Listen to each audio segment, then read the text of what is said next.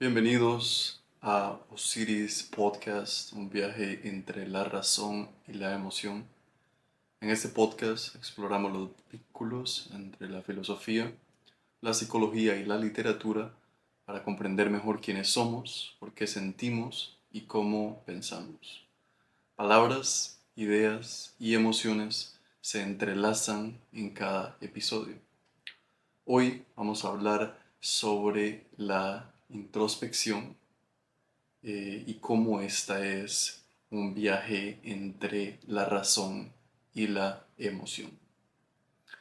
En este capítulo vamos a hablar sobre qué es la introspección, vamos a dar una definición completa, los fundamentos filosóficos y psicológicos de esta, qué es realmente la introspección, por qué los hombres la evitan, los tres ejemplos concretos.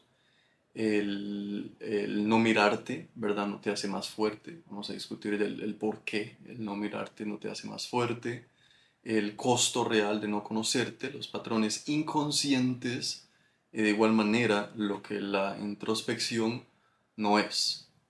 También cómo utilizar estos siguientes episodios y cómo estos también te pueden ayudar a entenderte mejor y cómo irlos utilizando. Entonces, ¿cuántas decisiones tomaste hoy que en realidad no fueron tuyas, ¿verdad?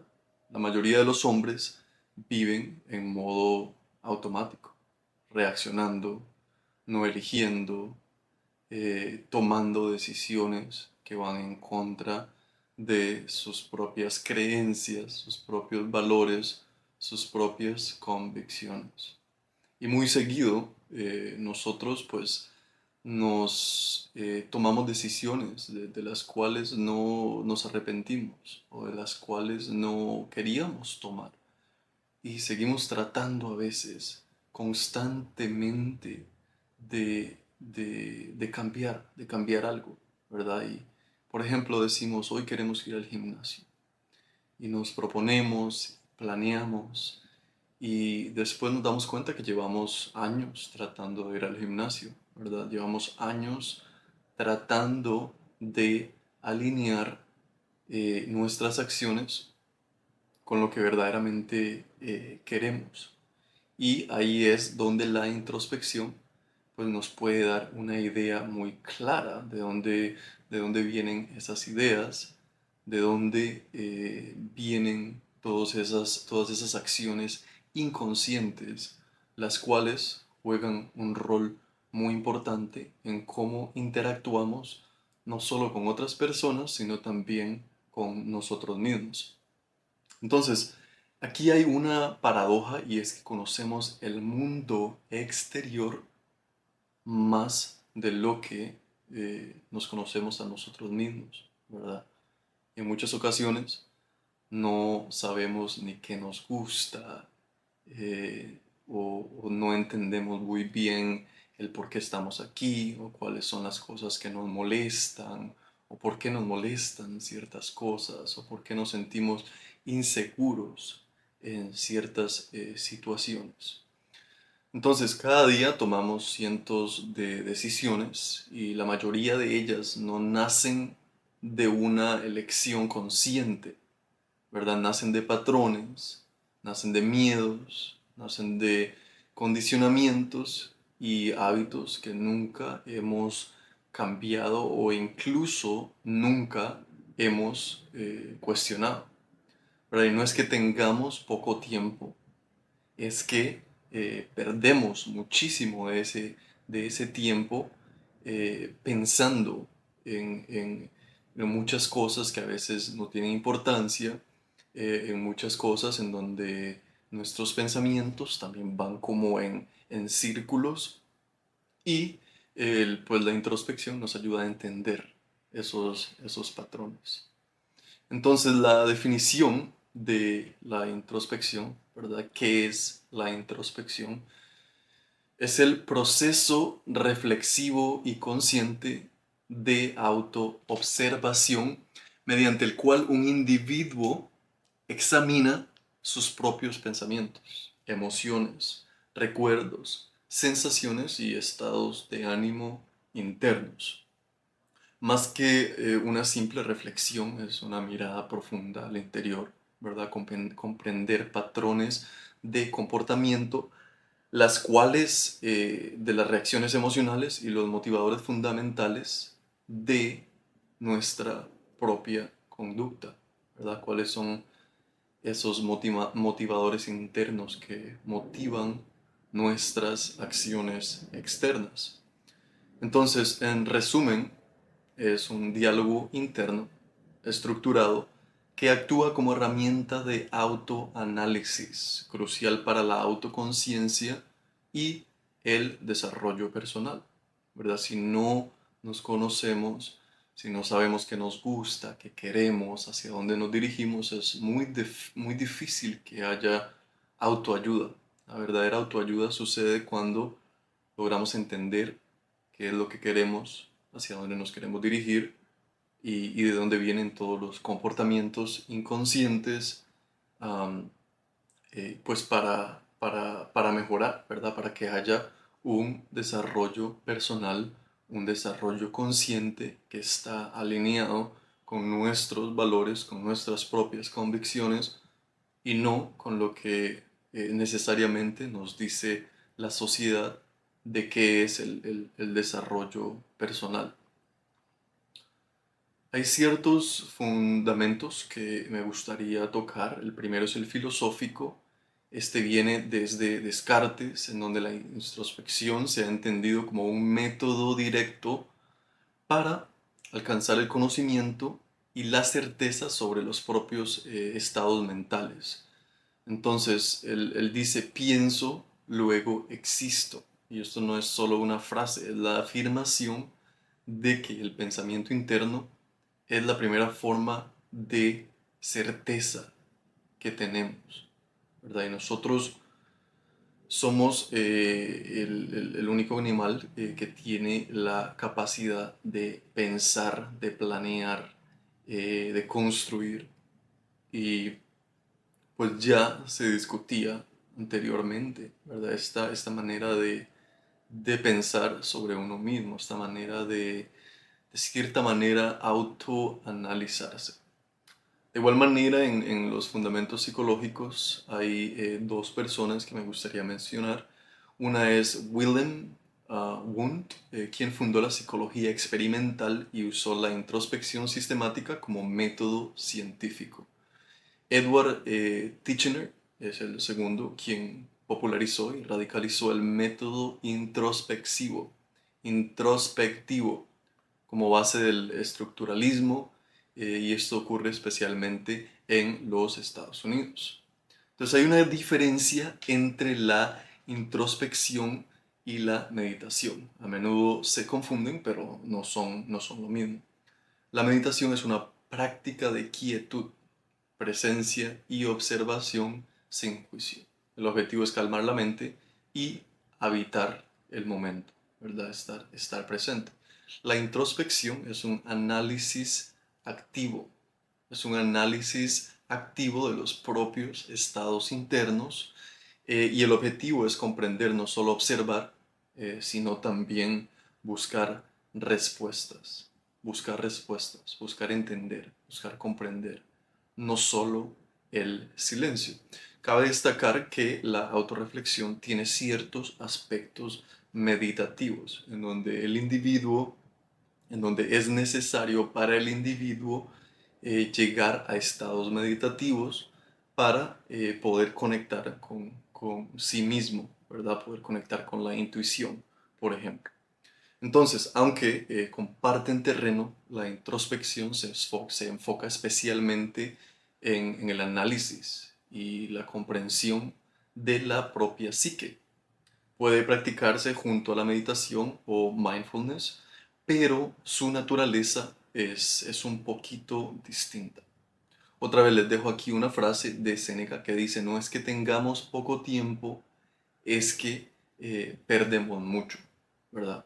Entonces la introspección nos ayuda a utilizar el tiempo de una mejor manera, nos ayuda a entender qué es lo que es verdaderamente importante y pues a entendernos mejor, ¿verdad? A entender de dónde vienen nuestras, nuestras inseguridades, de dónde vienen ciertas sensaciones y mucho más importante aún, entender patrones, entender esos patrones que se repiten en nuestra vida, que más adelante vamos a ver algunos ejemplos también.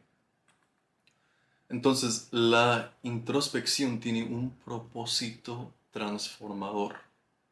La introspección tiene un propósito transformador. No es un fin en sí misma, es el puente entre ver, ¿verdad? Observar y cambiar. Ver, observar y cambiar.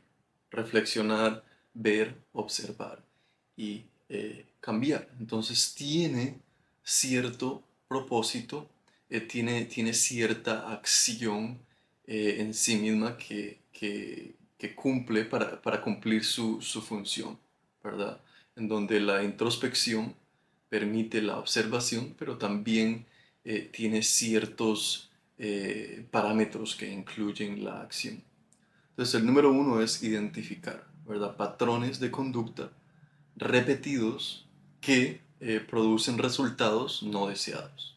Esa es la primera. Identificar patrones de conducta repetidos que producen resultados no deseados.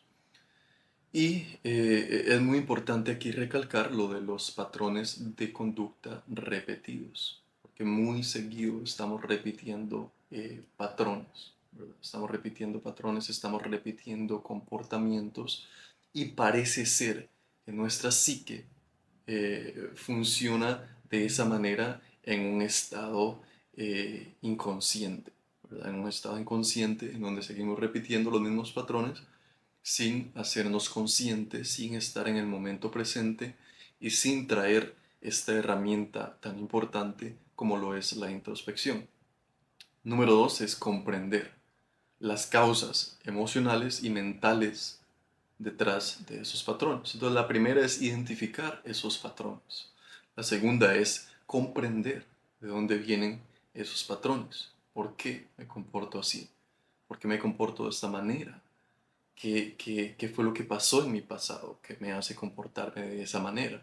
Y a veces la número dos conlleva a cierto grado en donde el individuo debe o puede educarse para comprender mejor su estado interno o su patrón.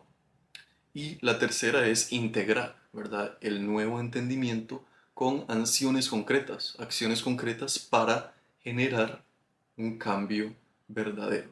Entonces está el de identificar el patrón, identificar la acción no deseada. El segundo es comprender, ¿verdad?, de dónde vienen las causas emocionales y mentales, quizás psicológicas también, e integrar el nuevo entendimiento con acciones concretas para generar un cambio duradero y un cambio que beneficien al individuo también, no solo en sus relaciones interpersonales, sino también en su propia existencia y su propia relación consigo mismo. Ahora, ¿qué es la introspección realmente? O sea, no es meditación, ya dijimos que no era meditación, no es terapia, no es hablar tampoco de sentimientos, es simplemente mirarse hacia adentro con honestidad, sin sesgos, sin prejuicios, con muchísima objetividad, ¿verdad? Entonces es el tratar de observarnos con objetividad, sin criticarnos, sin juzgarnos, y ahí es donde es muy parecido a la meditación. La meditación juega el mismo rol, ¿verdad? En donde no es una buena meditación si nos acostamos o nos sentamos y estamos pensando en lo que tenemos que ir a hacer más tarde o en lo que no hicimos ayer, la mayor idea, el gran objetivo de la meditación es simplemente sentarnos y observar. Sentarnos y sentir, por ejemplo, enfocarnos en el cuerpo y así, pues la mente entra en un estado de relajación. Mientras que la introspección juega un rol parecido en donde nos observamos con objetividad.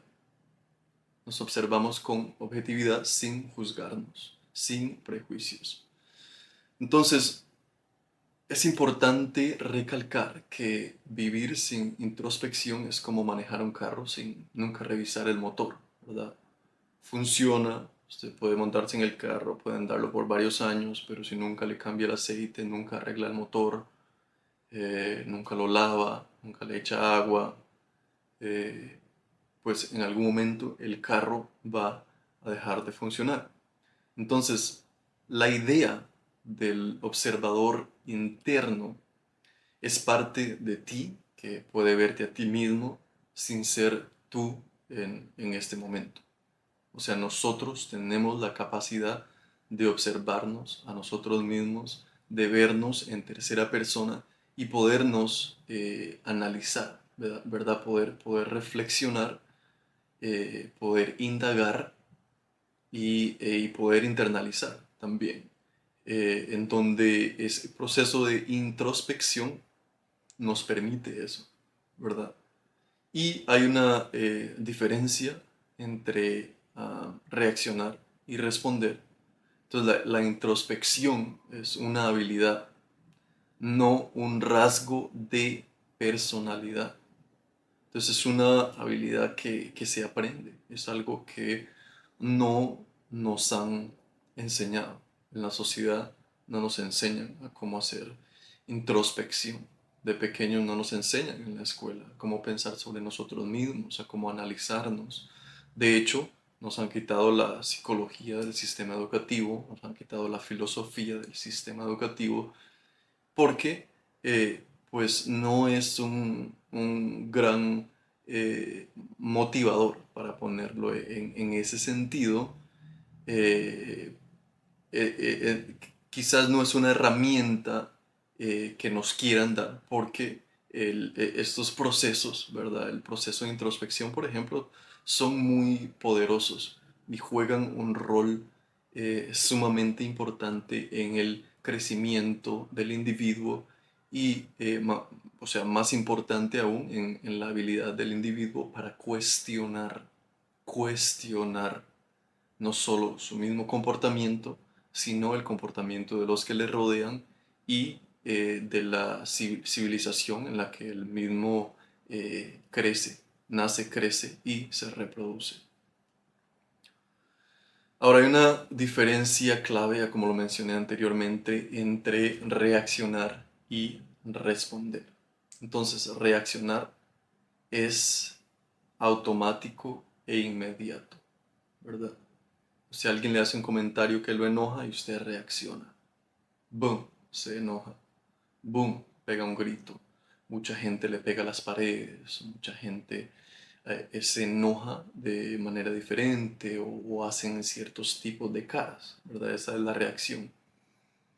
La diferencia al responder, el responder requiere una pausa consciente. La respuesta es más consciente. El reaccionar viene del patrón, no de la acción.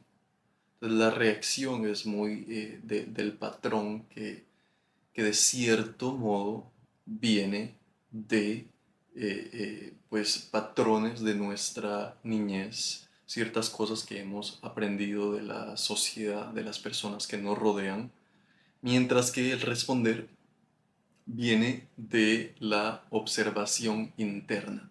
Va a venir de una observación interna.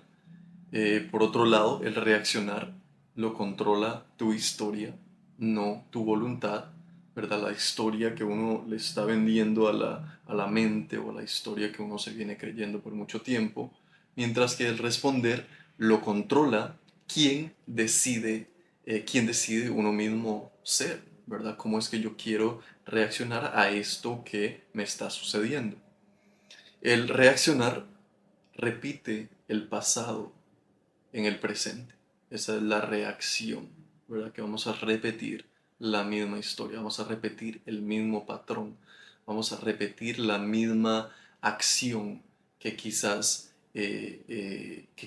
causó un mismo resultado anteriormente. Y el responder crea un espacio para el cambio real, que es el que uno está decidiendo. Entonces la diferencia entre reaccionar y responder con base al enojo, por ejemplo, si anteriormente usted se enojó y la manera en la que usted se enojaba era gritando, ¿verdad? Usted puede decidir responder de una manera diferente. No es que no vaya a sentir el enojo, sino que su respuesta va a ser diferente y va a ser una que usted va a decidir. Entonces, por ejemplo, en lugar de tirar cosas, en lugar de gritar, usted puede expresar directamente lo que usted siente. Usted puede irse a caminar mientras se le pasa el enojo, si no lo puede controlar. Y estas son maneras en las que usted puede responder de una manera diferente, en donde le puede ayudar no solo a usted mismo y su relación con usted mismo, sino también en las relaciones de pareja, ¿verdad? De las relaciones en familia. ¿Por qué los hombres evitan la introspección? ¿Verdad? Los hombres, pues hay cierta narrativa cultural en donde los hombres resuelven, no sienten. Esa es como la idea que nos venden hoy en día, ¿verdad? Que los hombres resuelven, los hombres no sienten. Desde pequeños a la mayoría de los hombres se les enseña una ecuación simple. Las emociones son un obstáculo, no información. Entonces se premia al que aguanta, al que no llora, al que sigue adelante sin quejarse. De hecho, a muchos de los hombres les dicen, los hombres no lloran, ¿verdad? Entonces, no como una decisión consciente, sino como un condicionamiento acumulado durante años, reforzado por la familia, los amigos, la cultura, las películas, los medios, en donde condicionan la habilidad de un hombre, por ejemplo, en poder expresar lo que verdaderamente siente, ya sea el tener que llorar, el tener que expresar emociones. Entonces el resultado es que un hombre adulto que no tiene el vocabulario emocional para describir lo que pasa por dentro, no porque sea incapaz, sino porque nunca se lo enseñaron.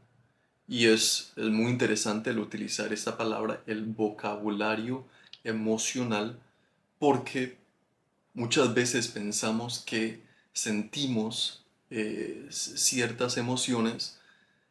Por ejemplo, pensamos que tenemos enojo, pero quizás lo que tenemos es un poco de celos.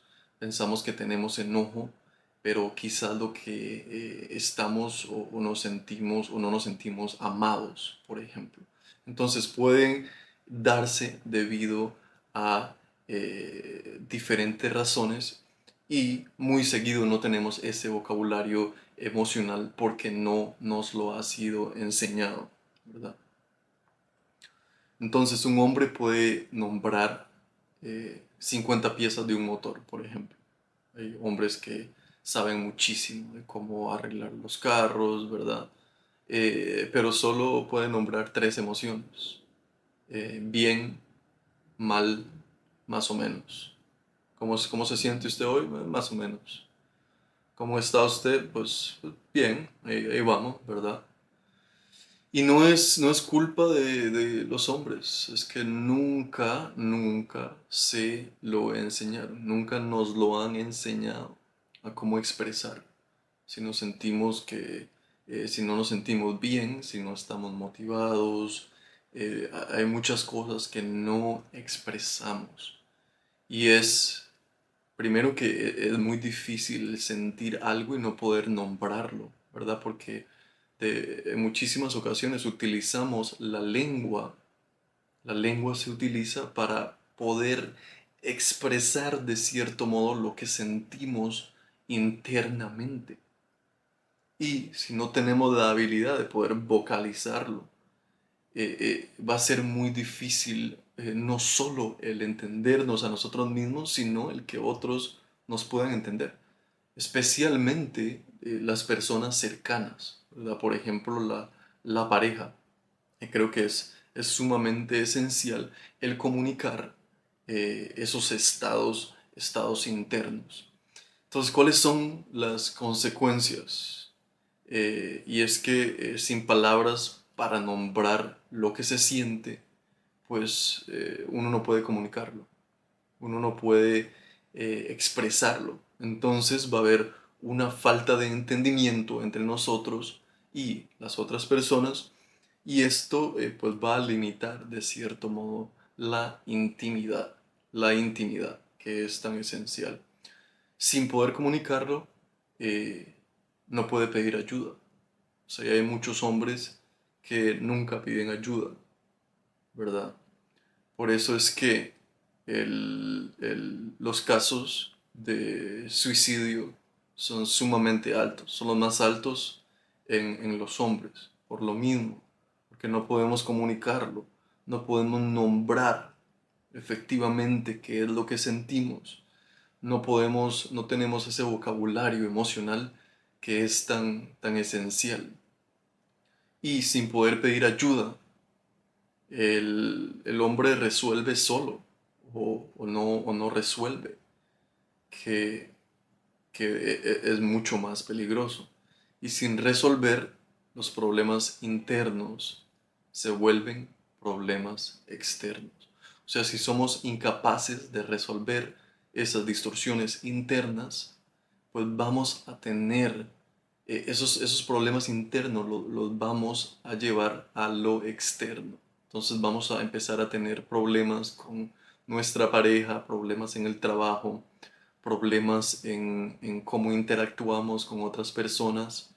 Quizás vaya a haber divorcio, quizás no podamos tener amigos profundos, porque los problemas internos otra vez nos van a quitar esa habilidad de poder comunicar lo que verdaderamente sentimos, y pues nos va a causar que no haya intimidad, que es tan esencial en las relaciones interpersonales. El problema real es que los hombres, ¿verdad? Son buenos resolviendo problemas externos. Los hombres resuelven, ¿verdad? Hay un problema en la casa, el hombre resuelve. Incluso una gran mayoría de los problemas de esta sociedad son los hombres los que los están resolviendo.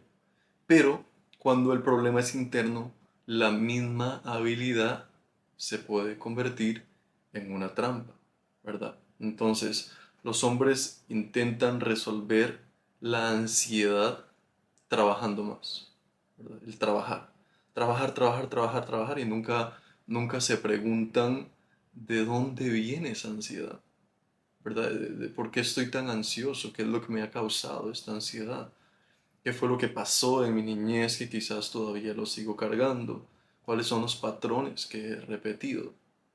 Los hombres también intentan resolver el vacío comprando, conquistando o controlando, ¿verdad? El controlar le da esa sensación de poder. El hombre también intenta resolver el dolor ignorándolo, o sea, sin notar que no desaparece, solo se desplaza. Cuando uno ignora el dolor, cuando uno ignora estas profundidades, se desplazan. Y ahí es donde tratamos de buscar un escape, en donde tratamos de buscar las drogas, ¿verdad? Las drogas, el alcohol, la masturbación, entre otros, para escapar a ese dolor, a esos vacíos, a esas inseguridades. Entonces no puedes resolver lo que eh, no has nombrado. No puedes nombrar lo que nunca te has permitido sentir. No puedes nombrar lo que nunca te has permitido mirar dentro de ti, ¿verdad? No puedes resolver lo que no has nombrado. Es muy difícil resolver algo que no sabemos qué es, ¿verdad? Por ejemplo, los celos. Los celos digamos que la base de los celos es inseguridad, ¿verdad? Inseguridad, ya sea el miedo al abandono, el miedo a estar solos. Y si nunca se entienden, si nunca se entiende de dónde vienen esos celos, pues nos va a ocasionar muchísimos problemas con nuestra pareja. Y esa es la distorsión de no poder nombrar, de no poder identificar, o de al menos dejarnos sentir de una u otra manera esa emoción, esa sensación. Eh, Tres ejemplos concretos que vamos a utilizar. Y el número uno es el hombre que explota de ira, ¿verdad? La ira casi nunca es la emoción original. Debajo suele haber miedo, vergüenza, dolor o sensación de no ser suficiente. Y el único canal que quedó abierto fue la rabia, ¿verdad? A veces la ira, el enojo es una sensación de no ser suficiente, porque anteriormente nos hicieron sentir insuficientes o porque nunca nos hemos permitido sentirnos suficientes. Entonces reaccionamos, ¿verdad? Reaccionamos con ira, explotamos. Número dos, el que trabaja sin parar, pero se siente vacío. Entonces, el trabajo es el mecanismo de evasión perfecto. Detrás hay una pregunta que no se quiere responder. Entonces, ¿quién soy cuando no estoy siendo útil? ¿Verdad? ¿Quién soy cuando no estoy trabajando? ¿Quién soy cuando decido no irme a trabajar? ¿Verdad? ¿Y por qué trabajo tanto? ¿Qué es lo que a qué es lo que le estoy tratando de escapar? Número tres es el que no puede mantener relaciones. El hombre que cambia de pareja, de ciudad, de trabajo, el denominador común en todas sus relaciones es él. Y mientras no las examine, seguirá repitiendo los mismos patrones. Los mismos patrones. Y esto, lo de las relaciones interpersonales o las relaciones amorosas, también se utilizan eh, eh, para escapar, ¿verdad? Para escapar de algo, porque otra vez debajo de ese escape hay miedos, hay inseguridades a las cuales nos tenemos que enfrentar para poder pues encontrar un cambio más enriquecedor, un cambio que nos beneficie. Entonces, en profundidad, la ira eh, casi nunca es la emoción original, ¿verdad? Es la única que se permitió salir.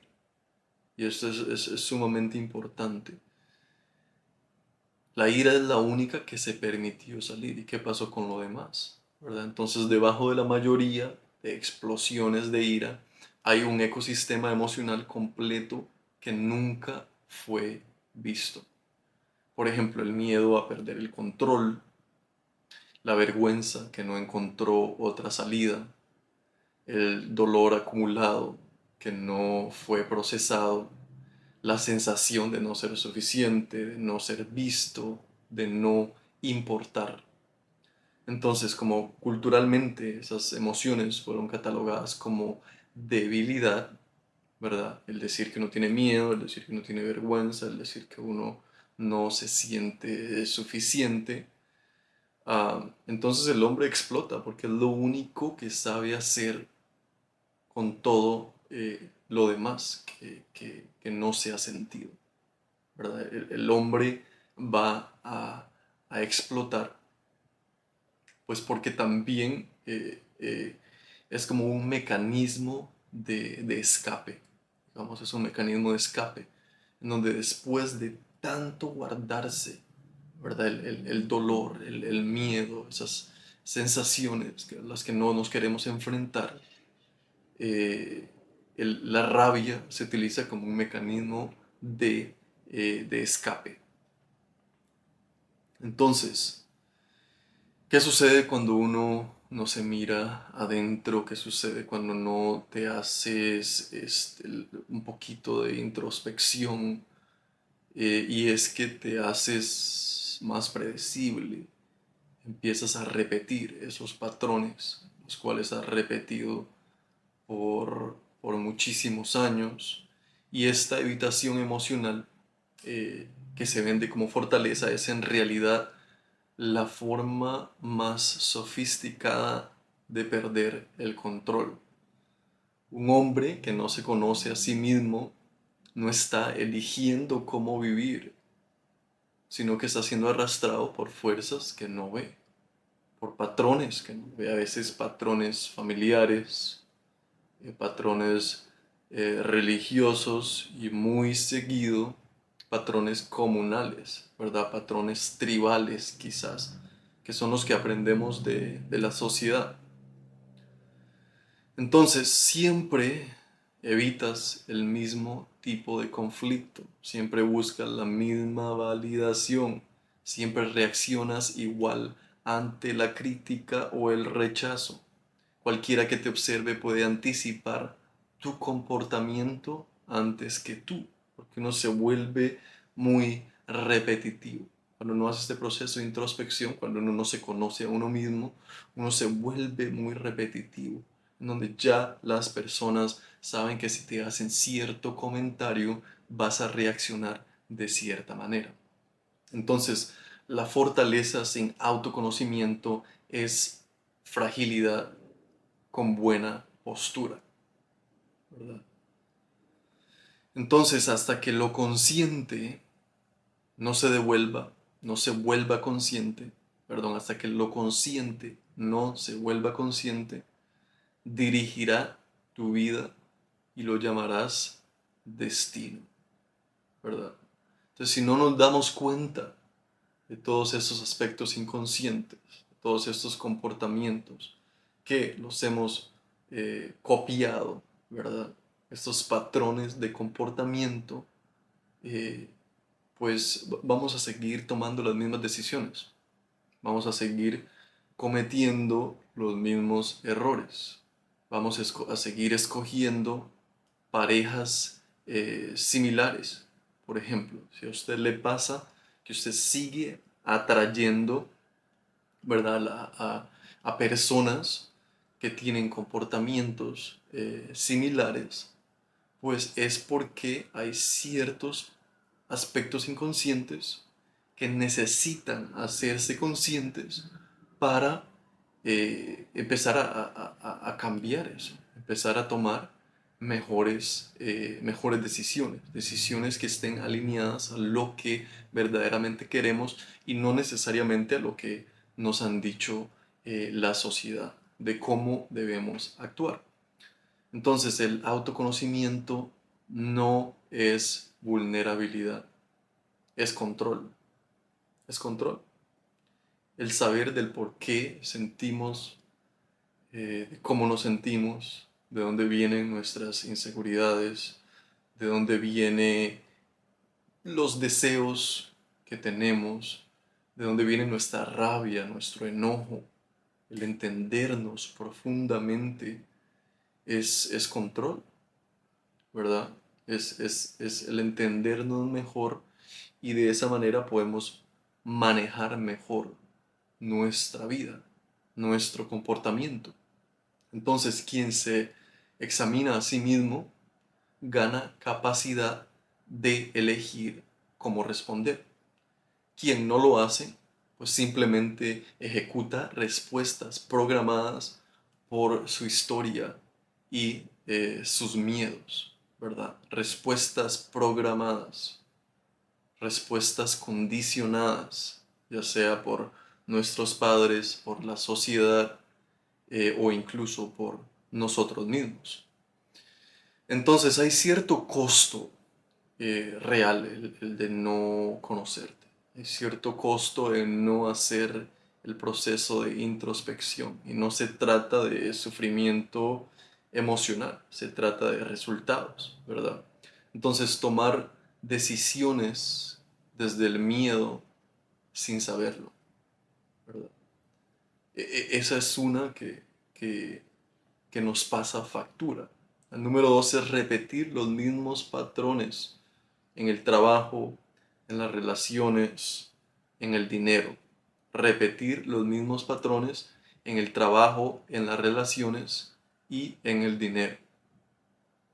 Por ejemplo, si usted pues sigue en las mismas relaciones, ¿verdad? Y se sigue metiendo con la misma mujer o con el mismo hombre y sigue atrayendo al mismo tipo de mujer o al mismo tipo de hombre, entonces es usted el que está permitiendo a esas personas en su vida y tiene que empezar a preguntarse por qué, ¿verdad? ¿Por qué yo estoy permitiendo a esta persona en mi vida si sé que no está alineado con lo que verdaderamente quiero?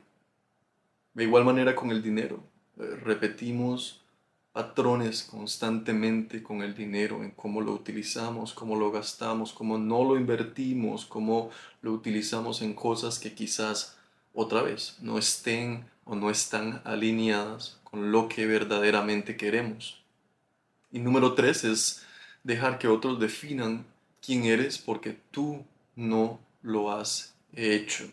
Si uno no define cómo quiere comportarse, si uno no define qué es lo que uno quiere, alguien más lo va a hacer por uno. Y muy comúnmente es la sociedad la que hace esto, ¿verdad? La que define, la que nos dicen cómo tenemos que vivir, cómo nos tenemos que comportar, qué es lo que tenemos que decir, qué es lo que no tenemos que decir.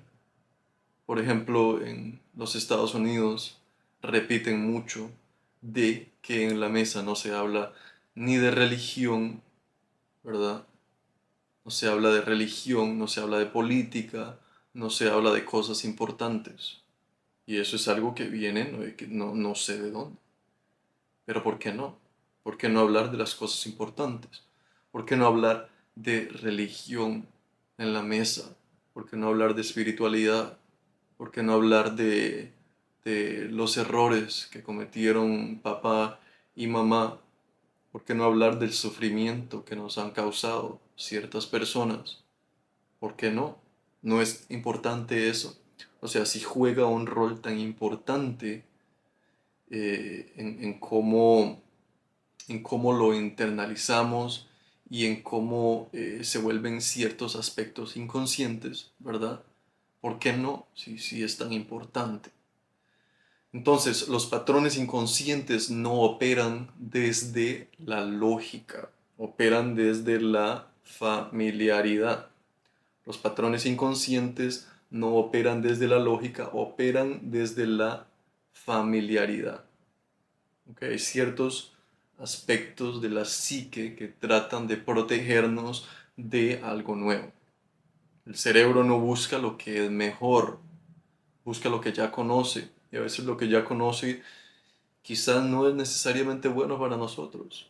Quizás lo que aprendimos de niño, el comportamiento que aprendimos de niño o los comportamientos que aprendimos de niño, no es lo que verdaderamente queremos de adulto y podemos cambiarlo, tenemos el poder para cambiarlo. Entonces el cerebro busca lo que ya conoce porque lo conocido, aunque doloroso, se siente seguro. El cerebro siempre va a tratar de protegernos, siempre va a tratar de eh, pues salvar la mayor cantidad de energía y pues por eso trata de devolvernos constantemente a esos patrones que son conocidos porque también es más fácil, ¿no? Es más fácil hacer lo mismo y repetir ese patrón, pero a la larga va a tener consecuencias que son un poco autodestructivas y que no están alineadas a lo que verdaderamente queremos. Entonces, los patrones inconscientes son cuando hacemos lo mismo, ¿verdad? Esperando resultados distintos. Entonces, los patrones inconscientes tienen su propia lógica, formada en la infancia o en experiencias de alta carga emocional. Esa lógica dice, esto es lo que funciona para sobrevivir, aunque ya no sea cierto en el presente. Entonces, por ejemplo, una persona que elige repetidamente parejas con el mismo perfil emocional destructivo. Eso es un aspecto inconsciente en donde queremos ir a donde se siente seguro, aunque sea un perfil emocional destructivo.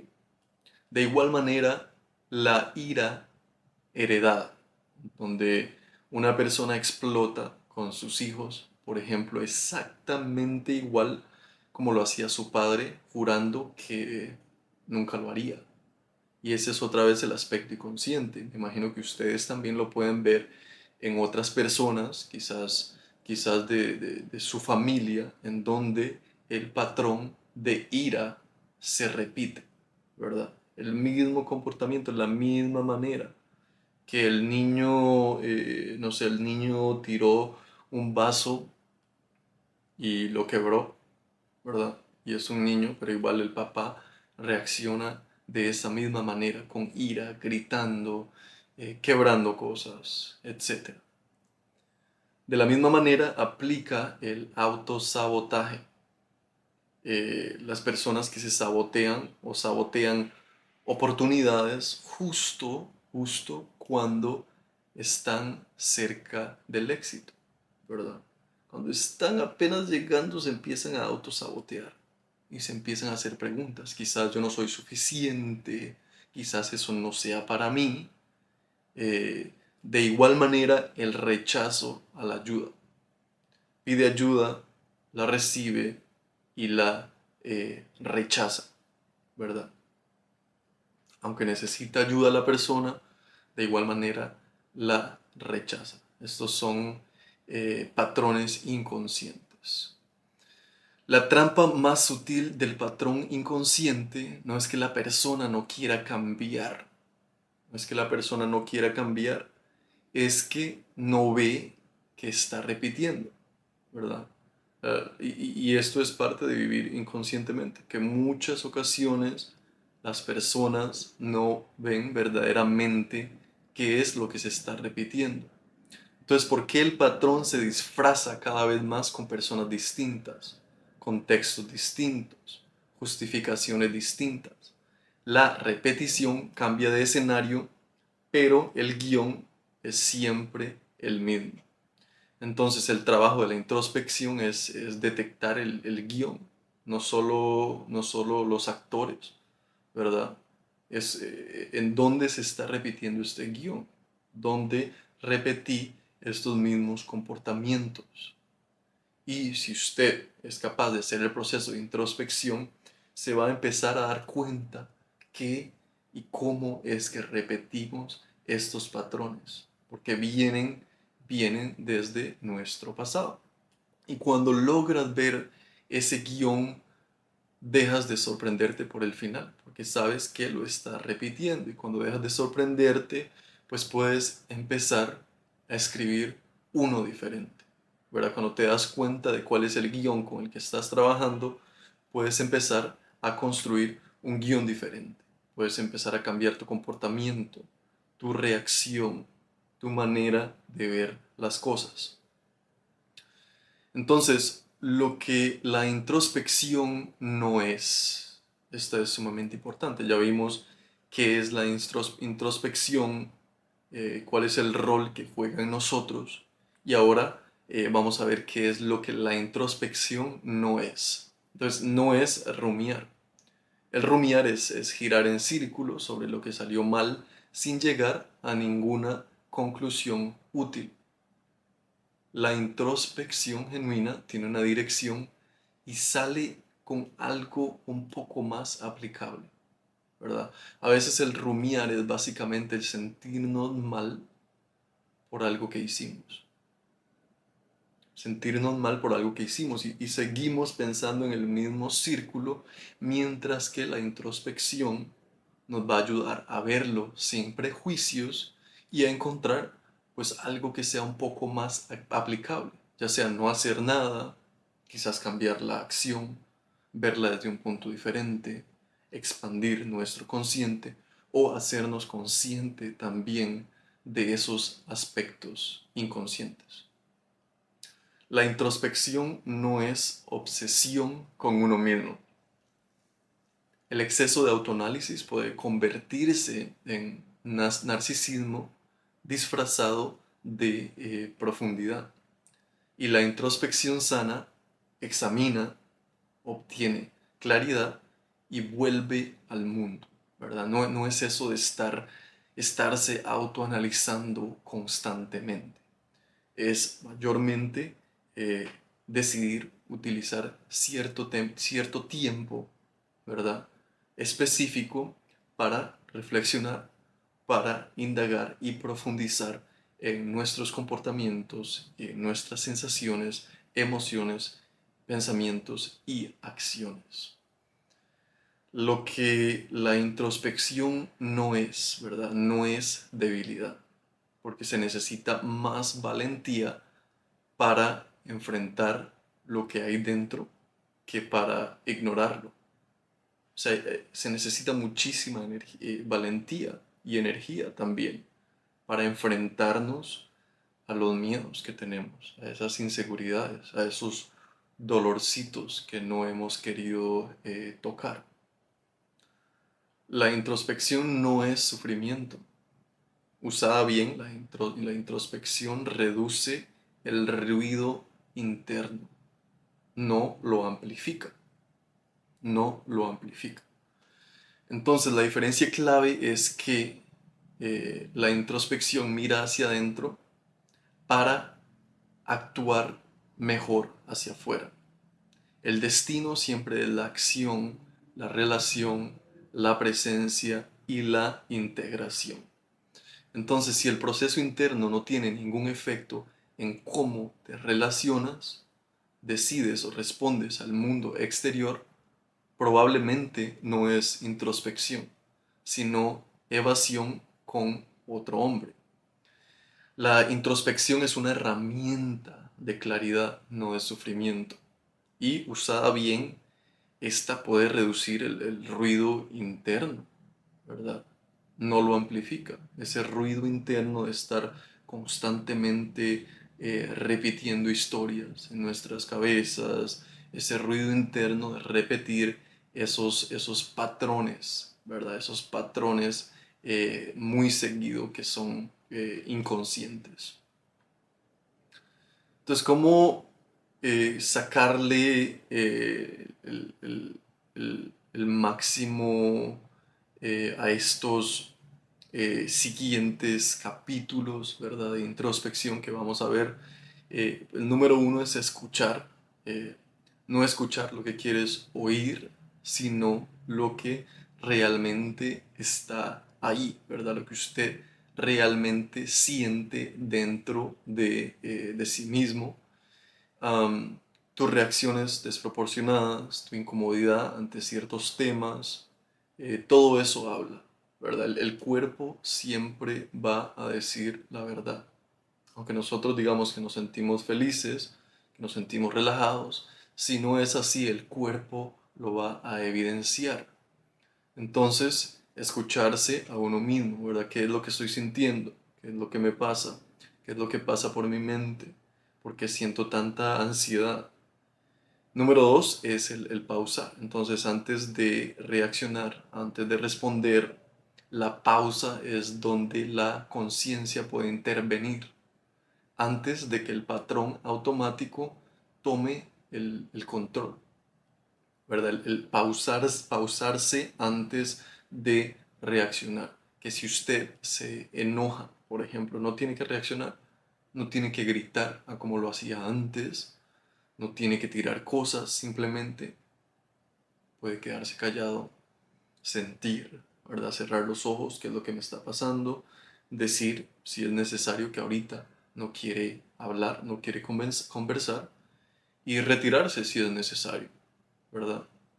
Y número tres, el reflexionar. Y esto no es para juzgarse, sino para entenderte. La reflexión convierte la experiencia en información útil. Entonces, el escucharse a uno mismo, el pausar, a veces no hay que hacer nada. Y número tres es el reflexionar. Y la herramienta que es tan importante, ¿verdad? La herramienta de escribir, el diario de introspección del que ahora vamos a hablar. Entonces, este diario de introspección no es un registro de lo que hiciste, no es un espacio donde te haces preguntas que normalmente evitas. Es un diario de eventos que documenta la vida, un diario de introspección en donde examinas la misma, examinas la vida. Entonces, por último, vamos a eh, hablar sobre el diario de introspección y qué tipo de preguntas también te puedes hacer para estimular la introspección, para estimular esa profundidad. Entonces, la primera es, ¿qué emoción evito más frecuentemente y por qué? ¿Cuál es esa emoción que evito? ¿Cuál es esa emoción a la que le estoy corriendo? ¿Y por qué? ¿Por qué le estoy corriendo? ¿Qué situación me hizo reaccionar hoy de una forma que no me gustó? ¿Verdad? ¿Qué estoy evitando decidir y qué me dice eso? ¿Qué estoy evitando decidir? ¿Cuáles son esas decisiones que no estoy tomando? Ya sea sobre el trabajo, sobre las relaciones, sobre mi vida, hacia dónde me quiero dirigir, qué es lo que quiero hacer. Y la otra pregunta es cuándo fue la última vez que actué desde el miedo sin reconocerlo como miedo, ¿verdad? La incomodidad es la señal. Entonces, el primer día que escribas en ese diario, eh, que creo que esa es la mejor manera de hacer introspección, porque luego puedes ir y releerlo y entenderte muchísimo más. Entonces, el primer día que escribas en ese diario, probablemente no vas a sentir nada extraordinario. Quizás ni el primer mes no se vaya a sentir, pues como que se está avanzando, para ponerlo de una manera. Pero hay ciertas cosas, hay ciertos aspectos un poco silenciosos que empiezan a ocurrir. Entonces, número uno es que comienzas a verte con más precisión, comienzas a entenderte mucho más. Los patrones que antes eran visibles empiezan a tener nombre. Ya sabes de dónde vienen todos estos patrones.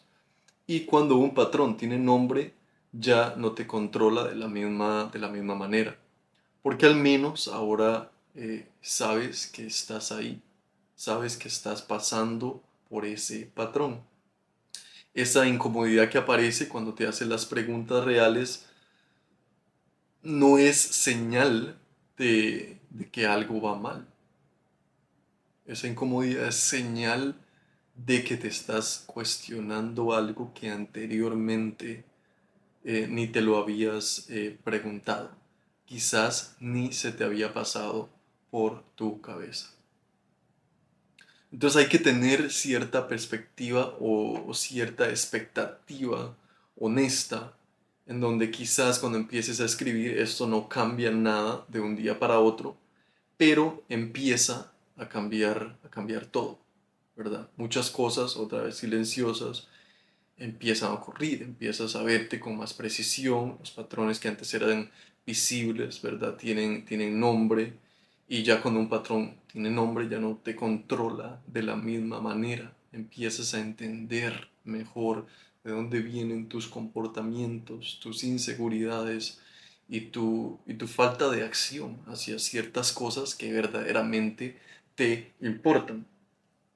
Entonces el cambio real llega el día en que te das cuenta de que reaccionaste diferente, de que pausaste cuando antes explotabas, por ejemplo. Antes te enojabas de cierta manera y ahora decides enojarte de cierta manera. No es que estés eh, parando del todo la emoción, sino que no estás dejando que la emoción te controle. Y cuando un patrón, ¿verdad? Te controla, pues sigues repitiendo la misma acción que te ha llevado al mismo resultado anteriormente. Entonces, el cambio real otra vez llega el día en que te das cuenta de que reaccionaste diferente, que pausaste cuando antes explotabas, que elegiste cuando antes solo repetías. Y eso no pasa de un día para otro, pero, sin empezar, sin nunca hacer este proceso de introspección, va a ser sumamente difícil, ¿verdad? Que pase, que tus relaciones empiecen a mejorar, por ejemplo, a través de este proceso de introspección. Entonces, el observador interno es la capacidad de observarte a ti mismo eh, y es lo que te separa de tus automatismos, ¿verdad? De ese estado de acción automática al que hemos sido condicionados. Y este observador interno no es una voz crítica, es simplemente una perspectiva. Es una perspectiva desde arriba en donde nos estamos analizando de una manera objetiva para mejorar ya sea nuestro actuar y para estimular de una manera positiva nuestras relaciones interpersonales y más importante aún, la relación que tenemos con nosotros mismos. Ese observador es esa parte de ti que puede verte desde afuera, que puede decir ahí voy yo otra vez, ¿verdad? Y desarrollar esa capacidad es el corazón de la introspección y no es innata, se entrena. Esa capacidad de verse uno desde arriba no la traemos, no nos la enseñan, entonces nosotros tenemos que desarrollarla, ¿verdad? Practicarla. Y la mejor manera de desarrollarla es a través de la práctica. Entonces la introspección eh, tiene ciertos aspectos de libertad real. La introspección te da una libertad real y la ausencia de reflexión eh, no es libertad, ¿verdad? Es automatismo. La libertad falsa, por ejemplo, es creer que eres libre porque nadie te dice qué hacer, pero obedecer ciegamente tus patrones, tus miedos y condicionamientos no examinados. La libertad real es conocer tus patrones, conocer tus miedos, tus condicionamientos y poder elegir no obedecerlos. No porque desaparezcan, sino porque los ves, ¿verdad? No es que desaparecen de la nada, sino que tienes que traer a la luz, tienes que hacer consciente lo inconsciente. Entonces, un hombre que conoce sus miedos puede elegir no ser gobernado por ellos, ¿verdad? Un hombre que entiende en dónde están sus miedos, en dónde están sus inseguridades y sus condicionamientos sociales, puede elegir no ser gobernado por ellos. Entonces, pues, ¿para qué sirve esto de la introspección, ¿verdad? El autoconocimiento.